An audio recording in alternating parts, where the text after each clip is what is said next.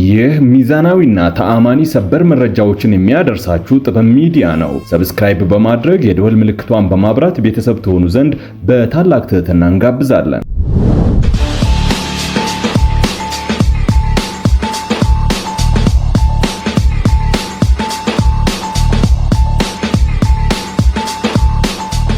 ኢትዮጵያ አዝናለች። አሳዛኝ እልቂት ተፈጥሯል። በርካታ ንጹሃን ዜጎች ዘግናኝ በሆነ ሁኔታ ረግፈዋል። ሰፋ ያለ መረጃ ይዘናል። እስከ ፍጻሜው አብራችሁን ከሆናችሁ ተሰሙታላችሁ።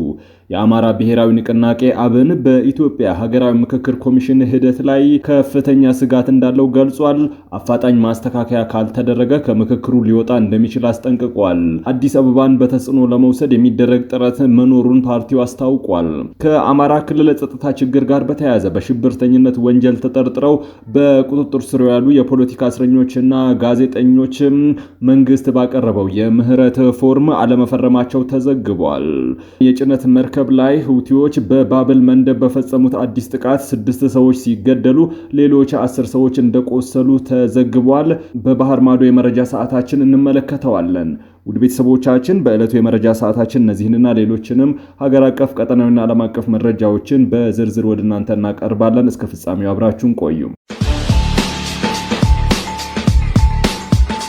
አብን ከሀገራዊ ምክክሩ ሊወጣ እንደሚችል አስጠነቀቀ። የአማራ ብሔራዊ ንቅናቄ አብን በኢትዮጵያ ሀገራዊ ምክክር ኮሚሽን ሂደት ላይ ከፍተኛ ስጋት እንዳለው ገልጿል። አፋጣኝ ማስተካከያ ካልተደረገ ከምክክሩ ሊወጣ እንደሚችልም አስጠንቅቋል። ፓርቲው ለኮሚሽኑ ባስገባው አቤቱታ በሂደቱ ላይ አካታችነት፣ ገለልተኛነትና ተአማኒነት እንደጎደለ ጠቅሶ በተለይም ያልተመጣጠነ የተሳታፊዎች ስብጥር፣ የመንግስት የብልጽግና አመራሮች ያልተገባ ተጽዕኖ፣ የባለሙያዎች ገለልተኛነት ማጣት እንዲሁም የአዲስ አበባን ጉዳይ በተደራጀ የቁጥር ብልጫ ለመወሰን የሚደረግ እንቅስቃሴን ተቃውመዋል። በመሆኑም አብን አዳዲስ ተሳታፊዎችን መጨመር በአስቸኳይ እንዲቆምና በገለልተኛ አካሄድ ሂደት ኦዲት እንዲደረግና በአዲስ አበባ አጀንዳ ላይ የሚደረገው ውይይት እንዲቆም ጠይቋል። ኮሚሽኑ ጥያቄውን ችላ ብሎ ወደ ቀጣይ ምዕራፍ የሚሸጋገር ከሆነ ከምክክሩ የመውጣት እርምጃ እንደሚወስድ አሳስበዋል። ከአማራ ክልል የጸጥታ ችግር ጋር በተያያዘ በሽብር ወንጀል ተጠርጥረው በቁጥጥር ስር ያሉ ፖለቲከኞችና ጋዜጠኞች መንግስት ባቀረበው የምህረት ፎርም አልፈርም ማለታቸው ተዘገበ። የኢትዮጵያ ሰብአዊ መብቶች ኮሚሽን ኢሰመኮ ከመንግስት ጋር በጀመረው ውይይት በመጨረሻው ፈርሙ የተባሉ ሲሆን በአማራ ክልል ለተፈጠረው ቀውስ ኃላፊነት ውሰዱ፣ በአማራ ክልል በተፈጠረው ቀውስ ለሞቱ ሰዎች፣ ለቆሰሉ ሰዎች ፈጽመናል ብላችሁ እመኑ፣ ለወደመ በቢሊዮን ለሚቆጠር የንብረትም ፈጽመናል ብላችሁ እመኑ፣ ሀገሪቱ በአማራ ትውፊቶችና እሳቤ ካልተመራች ማለታችሁን ወንጀል ነው በሉም፣ ያለ አግባብ የተወሰዱ የአማራ ርስቶች መመለስ አለባቸው ስለማለታችሁና ይህ ወንጀል እንደሆነ እመኑ በሚል በተዘጋጀ ቅጽ ላይ ነው እንዲፈርሙ የተጠየቁትም። ይህንን ተከትሎ ተከሳሾቹ በሰጡት ምላሽ እኛ ወንጀለኛ ነን ብለን አንፈርምም፣ በህግም በሞራልም በታሪክም ተቀባይነት የለውም ብለን እንፈርማለን ብለዋል። አክለውም የአማራ ህዝብ ጥያቄዎች ህጋዊ ናቸው ብለው እንደሚያምኑ በመግለጽ የ60 ሚሊዮን ህዝብን መልካም እሴት ወንጀል ነው ብለን እውቅና አንሰጥም ማለታቸው ነው የተገለጸው። በህገ መንግስትና በዓለም አቀፍ ህጎች ነፃ ሆኖ የመኖር መብታችንን ፈቅደን አንተውም፣ በህግ የተከለከለውን ራስን መከላከልና ራሳችንን ወንጀለኛ አናድርግም ሲሉ ምላሽ መስጠታቸውን ለማወቅ ተችሏል። ትግራይ ክልል ሰሜናዊ ምዕራብ ዞን በሽሬ ከተማ አቅራቢያ በሚገኝ ዛና ወረዳ ውስጥ አዳዲስ የታጣቂዎች እንቅስቃሴና የተሽከርካሪ ስምሪት መታየቱ ተገለጸ። ከአካባቢው ከሚወጡ የመስክ ዘገባዎችና የውስጥ ምንጮች በተገኘ መረጃ መሰረትም በወረዳው የሚገኘውና ከዚህ ቀደም የተለያዩ ወታደራዊ ልምምዶች ጥቅም ላይ ይውል የነበረው ስፍራው መነሻ ያደረገ ስልታዊ የኃይል ስምሪት ተካሂዷል። የዛና ወረዳ መልክዓ ምድር አቀማመጥ ለወታደራዊ መደበቂያነት ለስልጠና ተመራጭ በመሆኑ በ2014 ዓመት በነበረው ወታደራዊ ግጭት ወቅትም በህዝባዊ ወያኔ ሓርነት ትግራይ ህወሓት ታጣቂዎች እንደ ዋነኛ የምልመላና የማደራጃ ማዕከል ሆኖ ሲያገለግል መቆየቱ ይታወቃል። የቅርብ ጊዜ መረጃዎች እንደሚያመላክቱት በተጠቀሰው ስፍራ ለሳምንታት ሲሰለጥኑ የቆዩ አዳዲስ አባላት በሰሞኑ በሁለት ትላልቅ አውቶቡሶች ተጭነው ከካምፑ መውጣታቸው ተረጋግጧል። እነዚህ በአውቶቡስ የተጓጓዙ ታጣቂዎች የመጨረሻ መዳረሻና የስምሪት አቅጣጫ በግልጽ ያልታወቀ ቢሆንም የኃይል እንቅስቃሴው በአካባቢው አዲስ ወታደራዊ ስጋትና የፖለቲካ ውጥረት ሊፈጥር ይችላል በሚል ስጋትን ጭሯል። አንዳንድ የፖለቲካና የጸጥታ ተንታኞች እንደሚሉት መሰል ሚስጥራዊ ወታደራዊ የኃይል ዝግጅቶችና የሰራዊቶች ዝውውር በፕሪቶሪያ ሰላም ስምምነት መሰረት ከመከናወን ከሚገባው የመሳሪያ መፍታትና ወደ ሲቪል ማህበር መቀላቀል ዲዲአር ሂደት የሚቃረኑ ናቸው። ከትግራይ ሲቪል አመራሮች ብሎም ከወታደራዊ አመራሮች ወገን ስለ ጉዳዩ እስካሁን የተሰጠ ምንም አይነት ማረጋገጫ የለም። በአሁኑ ወቅት በሰሜን ኢትዮጵያ የሚገኘው ህዝብ ዘላቂ ሰላምና ማህበራዊ መረጋጋት በሚፈልግበት በዚህ ወቅት መሰል ወታደራዊ የኃይል እንቅስቃሴዎች በህዝቡ ዘንድ አላስፈላጊ ስጋት እንዳይፈጥሩ ጥንቃቄ ሊደረግ እንደሚገባ የሰላም ተሟጋቾች ያሳስባሉ። የታጠቁ ቡድኖች ግልገል በለስ ከተማ ለመግባት ያደረጉት ሙከራ መምከኑን የዞኑ አስተዳደር ቢገልጽም ነዋሪዎች ታጣቂዎች ገብተው 10 ንጹሃንን መግደላቸውን ተናገሩ።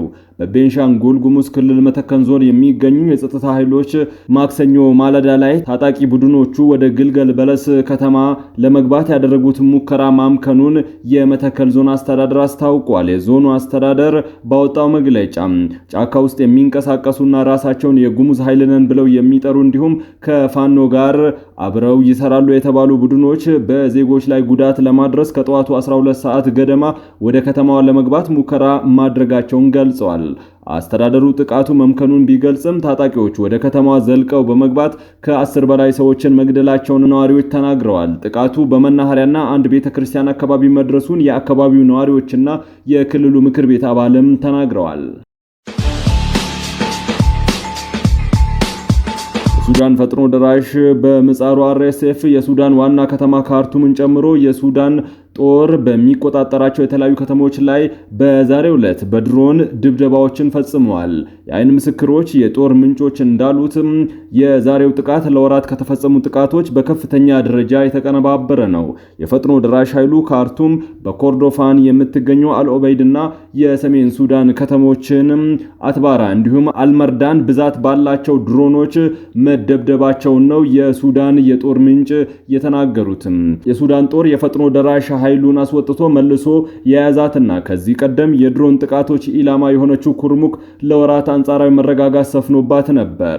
በካርቱም ጥቃት የደረሰው ከማለዳው 11 ሰዓት እንደነበረ በወቅቱም ከኦንድሩማን በስተሰሜን በሚገኘው ዋዲስ ሲናይድ በተባለ የሱዳን ጦር ሰፈር በኩል ደግሞ ጸረ አውሮፕላን ሚሳኤሎች ድምጽ መሰማቱን ነው የፈረንሳይ ዜና አገልግሎት የዘገበው። የአይን ምስክሮች እንደተናገሩት ሰሜን ካርቱም ከናይል ወንዝ ባሻገር በኤልድሮሽ አካባቢ 2 ድሮኖች አንድ መስጊድና የኤሌክትሪክ ትራንስፎርመርን መተዋል። ድሮኖቹ በአየር መቃወሚያ ይመቱ አይመቱ ወዲያውኑ የተባለ ነገር የለም። በሲቪሎች ላይ የደረሰ ጥቃት ይኑር አይኑርም የተሰማ ነገር የለም። በሱዳን ጦርነት የተገደሉ ሰዎች ቁጥርም ከ200,000 በላይ ይገመታል። በግብጽ የጭነት መርከብ ላይ ሀውቲዎች በባብል መንደብ በፈጸሙት አዲስ ጥቃት 6 ሰዎች ሲገደሉ ሌሎች 10 ሰዎች ቆሰሉ።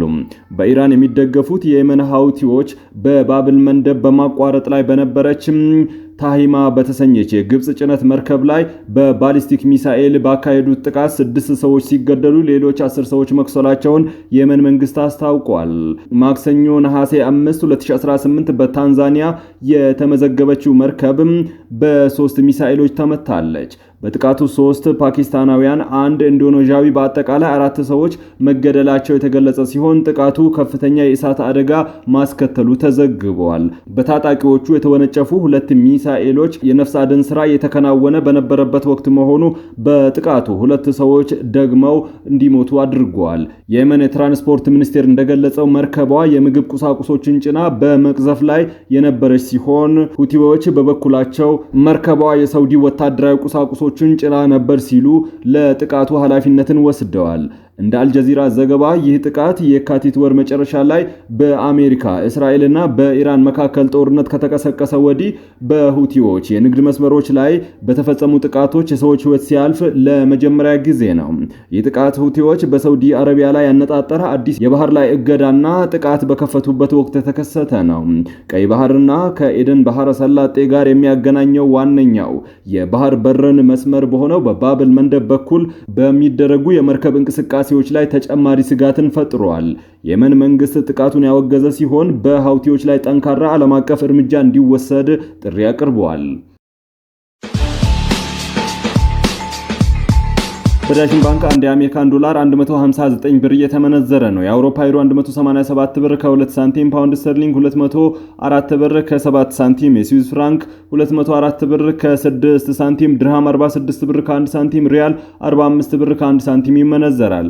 በአቢሲኒያ ባንክ አንድ የአሜሪካን ዶላር 159 ብር ከ4 ሳንቲም፣ ፓውንድ ስተርሊንግ 212 ብር ከ1 ሳንቲም፣ ዩሮ 186 ብር ከ3 ሳንቲም፣ የስዊስ ፍራንክ 196 ብር እንዲሁም ድርሃም 44 ብር ከ7 ሳንቲም፣ ሪያል 44 ብር፣ የቻይና ዩዋን 23 ብር ከ4 ሳንቲም እየተመነዘረ ነው። በህብረት ባንክ አንድ የአሜሪካን ዶላር 160 ብር ከ4 ሳንቲም፣ ፓውንድ ስተርሊንግ 212 ብር ከ9 ሳንቲም፣ ዩሮ 187 ብር ከ9 ሳንቲም፣ የስዊስ ፍራንክ 196 ብር ከ4 ሳንቲም ይመነዘራል። ይህ ሚዛናዊና ተአማኒ ሰበር መረጃዎችን የሚያደርሳችሁ ጥበብ ሚዲያ ነው። ሰብስክራይብ በማድረግ የደወል ምልክቷን በማብራት ቤተሰብ ትሆኑ ዘንድ በታላቅ ትህትና እንጋብዛለን።